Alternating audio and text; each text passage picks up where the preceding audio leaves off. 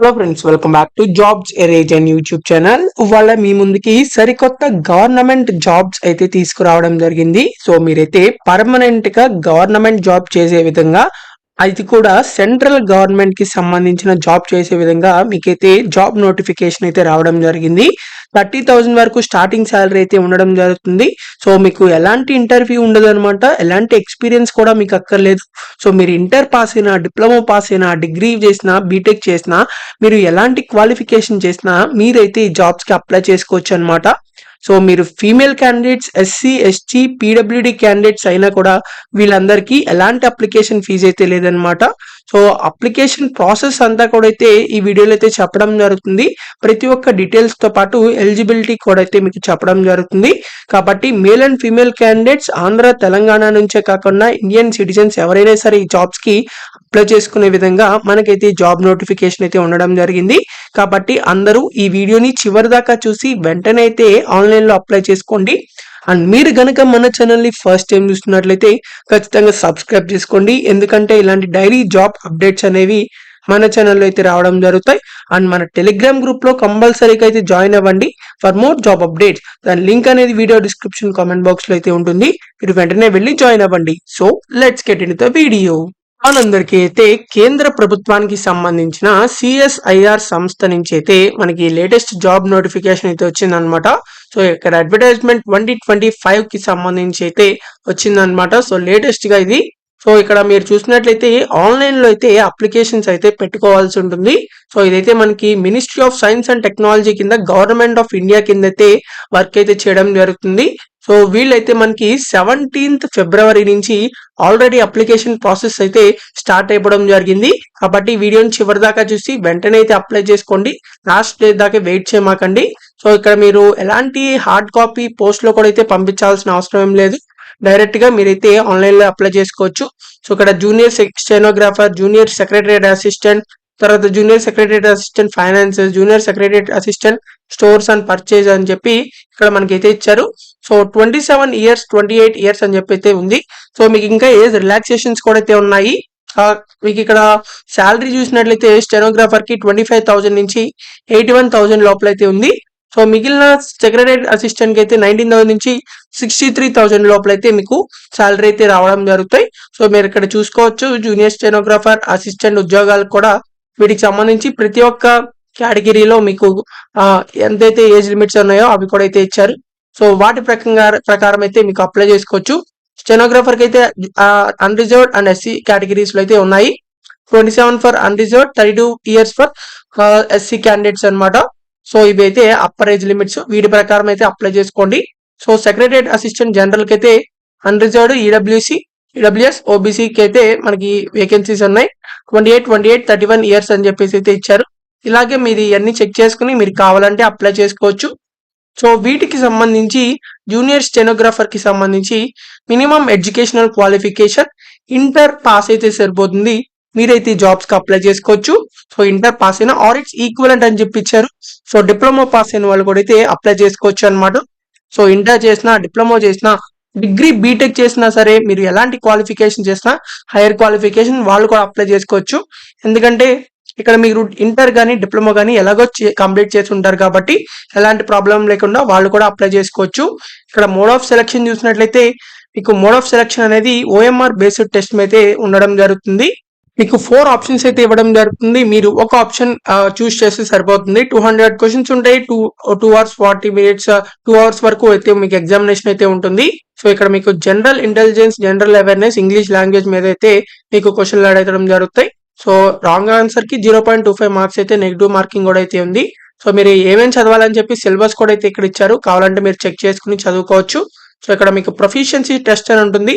అంటే ఏం లేదు, టైపింగ్ టెస్ట్ అనమాట స్టెనోగ్రాఫర్ కి సంబంధించి. సో మీకైతే ఇంగ్లీష్ లో కానీ హిందీలో కానీ అయితే ఉంటుంది. సో ఇంగ్లీష్ మీరు చూస్ చేసుకోవచ్చు అనమాట. సో ఇంగ్లీష్ లో మీకు జస్ట్ కీబోర్డ్ టైపింగ్ ఉంటుంది చూసారా. సో ఆ టైపింగ్ అయితే మీరు చేయాల్సి ఉంటుంది. సో టైం డ్యూరేషన్ అయితే ఇక్కడ మనకి ఇచ్చారు 50 minutes అని చెప్పి. సో మీరైతే తప్పకుండా టైపింగ్ చేసేయచ్చు అనమాట. సో ఒకవేళ టైపింగ్ రాకపోతే మీకు టైపింగ్ అయితే ఈ మధ్యలో అయితే అప్లై చేసేసుకోండి, అంటే నేర్చేసుకోండి. సో మెరిట్ లిస్ట్ ప్రకారం అయితే జస్ట్ టైపింగ్ అనేది క్వాలిఫై అయితే సరిపోతుంది. మీకు మెరిట్ రావసరం లేదు. మీకు మెరిట్ లిస్ట్ అనేది మీకు మీకు వచ్చిన కంప్యూటర్ కాంపిటేటివ్ రిటర్న్ ఎగ్జామినేషన్ ఉంటుంది కదా, ఓఎంఆర్ బేస్డ్ ఇది. సో ఆ ఎగ్జామినేషన్ మార్క్స్ బట్టి అయితే మీకు రిటర్న్ లిస్ట్ మెరిట్ లిస్ట్ అయితే చేయడం జరుగుతుంది. టైపింగ్ అయితే జస్ట్ క్వాలిఫై అయితే సరిపోతుంది అంతే. సో వీటికి సంబంధించి జూనియర్స్ సెక్రటరియట్ అసిస్టెంట్ జాబ్లకైతే ఇది కూడా ఇంటర్ పాస్ అయితే సరిపోతుంది. మీరైతే అప్లై చేసుకోవచ్చు. డిప్లొమా పాస్ అయినా అప్లై చేయొచ్చు. మీరు డిగ్రీ బీటెక్ చేసినా అప్లై చేయొచ్చు. సో సెలక్షన్ ప్రొసీజర్ కూడా దీనికి కూడా మీకు ఓఎంఆర్ బేస్డ్ టెస్ట్ అయితే ఉండడం జరుగుతుంది. సో పేపర్ 1, పేపర్ 2 అని చెప్పేసి అయితే ఉంటాయి. ఫస్ట్ పేపర్ కి 90 మినిట్స్, సెకండ్ పేపర్ కి 1 అవర్ అయితే ఉంటుంది. సో మీకు ఫస్ట్ పేపర్ లో మెంటల్ ఎబిలిటీ టెస్ట్ అని చెప్పి ఉంటుంది. సెకండ్ పేపర్ లో జనరల్ అవేర్నెస్, ఇంగ్లీష్ లాంగ్వేజ్ మీద అయితే క్వశ్చన్స్ అయితే ఉంటాయి. సో మీకు ఇక్కడ సిలబస్ కూడా అయితే ఇచ్చారు. కావాలంటే మీరు ఇక్కడ చెక్ చేసుకుని అప్లై చేసుకోవచ్చు, అంటే చదువుకోవచ్చు అనమాట. So proficiency test in computer, so దీనికి కూడా టైపింగ్ టెస్ట్ ఏ ఉంటుంది అనమాట. సో మీకు ఇంకా ఎలాంటి ప్రాబ్లం అయితే లేదు. సో దీనికి కూడా ఇంగ్లీష్ లో టైపింగ్ చేసుకోవచ్చు మీకు కావాలనుకున్నట్టే.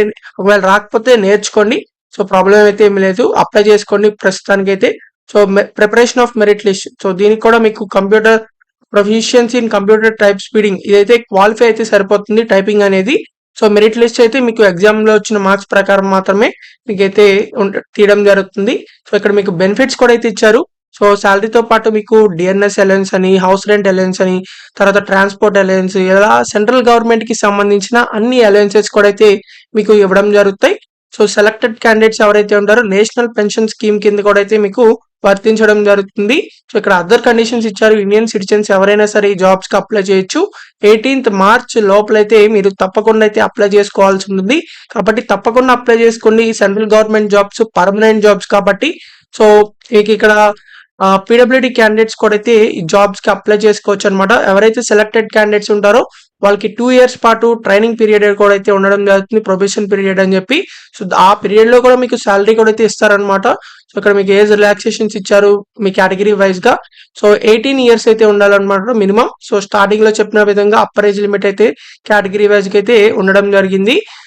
తర్వాత ఏజ్ రిలాక్సేషన్స్ ఇచ్చారు. తర్వాత ఎవరైతే అప్లై చేయాలనుకుంటున్నారో క్యాండిడేట్స్ అందరూ తప్పకుండా ఈ నోటిఫికేషన్ మొత్తాన్ని ఒకసారి చదివి మాత్రమే అప్లై చేయండి. ఇక్కడ హౌ టు అప్లై అని చెప్పించారు. సో హౌ టు అప్లై అంటే మీరు ఆన్లైన్ లో అయితే అప్లై చేసుకోవాల్సి ఉంటుంది. సో 18th మార్చ్ లోపల అయితే మీరు అప్లై చేసుకోవాల్సి ఉంటుంది. 17th ఫిబ్రవరి నుంచి ఆల్రెడీ స్టార్ట్ అయిపోయింది కాబట్టి వెంటనే ఈ వీడియో చూడంగానే అప్లై చేసేసుకోండి.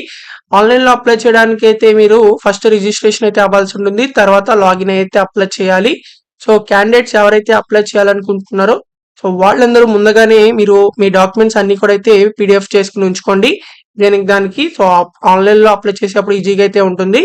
సో అప్లికేషన్ ఫీజు అయితే మనకి SC, ST, PWD and women candidates, ex service men candidates కి ఎలాంటి అప్లికేషన్ ఫీజు అయితే లేదనమాట. సో క్లారిటీగా అయితే ఇక్కడ ఇవ్వడం జరిగింది, కావాలంటే మీరు చూసుకోవచ్చు. సో వీళ్ళు ఎలాంటి అప్లికేషన్ ఫీజు పే చేయక్కర్లేదు కాబట్టి వీళ్ళైతే కన్ఫామ్ గా అప్లై చేసేసుకోండి. ఇంటర్ పాస్ అయినా, డిప్లొమా పాస్ అయినా, డిగ్రీ చేసినా, బీటెక్ చేసినా. సో వీళ్ళు కాకుండా మిగిలిన వాళ్ళు ఎవరైతే ఉంటారో ఫీజు పే చేయాల్సిన వాళ్ళు కూడా అయితే కంపల్సరీగా అప్లై చేసుకోండి. ఎందుకంటే ఇవి సెంట్రల్ గవర్నమెంట్ జాబ్స్ కాబట్టి ఒకవేళ వస్తే మీకైతే జాబ్ అయితే రావడం జరుగుతుంది. సో మిగిలిన వాళ్ళైతే 500 రూపీస్ పే చేస్తే సరిపోతుంది అప్లికేషన్ ఫీజు అనేది. సో అది కూడా ఆన్లైన్ లో అయితే పే చేయాల్సి ఉంటుంది.